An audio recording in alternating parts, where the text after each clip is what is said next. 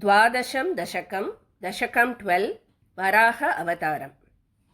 स्वायम्भुवो मनुरथो जनसर्गशीलो दृष्ट्वा महीमसमये सलिले निमग्नां स्रष्टारमापशरणं भवदङ्घ्रिसेवा तुष्टाशयं मुनिजनैः सह सत्यलोके।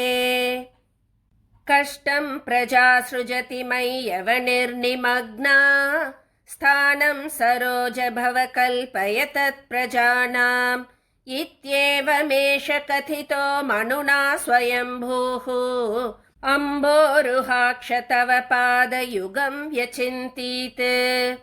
हा हा विभो जलमहं न्यपिबं पुरस्तात् अद्यापि मज्जति मही किमहं करोमि इत्थं त्वदङ्घ्रियुगलं शरणं यतोऽस्य नासापुटात् समभव शिशुकोलरूपी।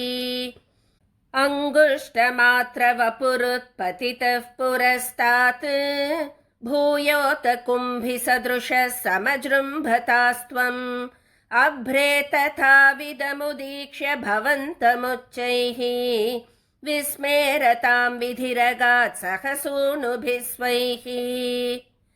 कोऽसावचिन्त्य महिमा किटिरुत्थितो मे नासापुटात् किमु भवेदजितस्य माया इत्थं विचिन्तयति धातरि शैलमात्रः सद्यो भवन् किल जगर्जितघोरघोरम्।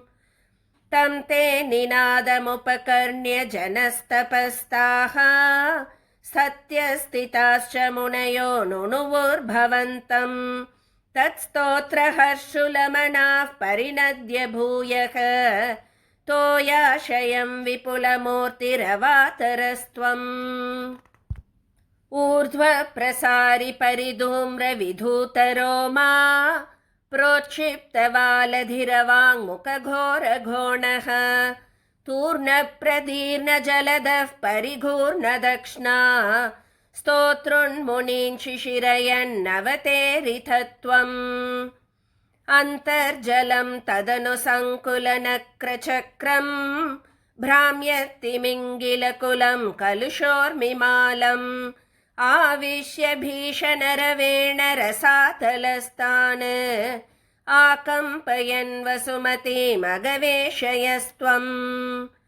दृष्ट्वा तदैत्यहतकेन रसातलान्ते संवेशितां झटिति कूटकिटिर्विभो त्वम् आपातुकानविगणय्य सुरारिखेटान् दंष्ट्राङ्कुरेण वसुधामदधाः सलीलम्। अभ्युद्धरन्नथ धरां दशनाग्रलग्न मुस्ताङ्कुराङ्कित इवाधिकपीवरात्मा उद्धूतघोरसलिला जलधेरुदञ्जन् क्रीडावराहवपुरीश्वर पाहि रोगात्। सदा सर्वत्र गोविन्दनाम संकीर्तनं गोविन्द गोविन्द। श्री गुरुवायूरप्पा शरणं। श्री हरये नमः।